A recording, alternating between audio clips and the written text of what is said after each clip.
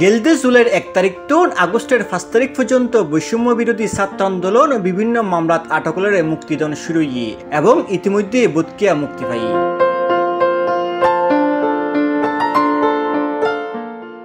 আগস্টের 6 তারিখ মঙ্গলবার বঙ্গভবন প্রেস উইং এক সংবাদ বিজ্ঞপ্তিত এহতা জানায় রাষ্ট্রপতি মোহাম্মদ শাহাবুদ্দিনের পরে 3 বাহিনী প্রধান, বিভিন্ন রাজনৈতিক দলের নেতাল, সুশীল সমাজের প্রতিনিধি ও বৈষম্য বিরোধী ছাত্র আন্দোলনের নেতৃবৃন্দ বৈঠকের সিদ্ধান্ত অনুযায়ী তারারে মুক্তিদান শুরু হয়।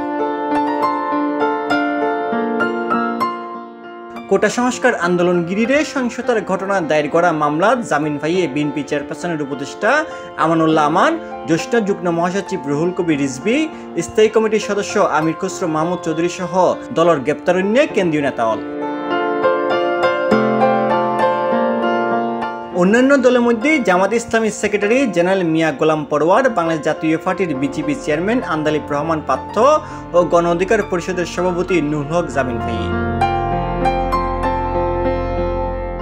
এছাড়াও বিএনপির চেয়ারপারসন বেগম খালেদা জিয়ারও মুক্তিত নেই। শেখ হাসিনার শাসন আমলে বিএনপি চেয়ারপারসন খালেদা জিয়া দুর্নীতির 2 মামলাত সাজা পাইয়ে 2018 সালের ফেব্রুয়ারি 8 তারিখ কারাবন্দী হয়। 2 বছরের বেশি সময় তিনি কারাবন্দী আছিল। পরিবারের আবেদনের পরিপ্রেক্ষিতে সরকার এক নির্বাহী আদেশে খালেদা জিয়ার সাজা 2020 সালের 25 মার্চ স্থগিত করে তারে সত্য সাপেক্ষে মুক্তি দেয়। তখন তিনি 6 মাস পর মুক্তির মেয়াদ বাড়ায় যায় সরকার। আগস্টের 5 তারিখ আওয়ামী লীগ সভাপতি শেখ হাসিনা প্রধানমন্ত্রীর পদ ছাড়িয়ে বিদেশত ফাঁড়ি জমায়।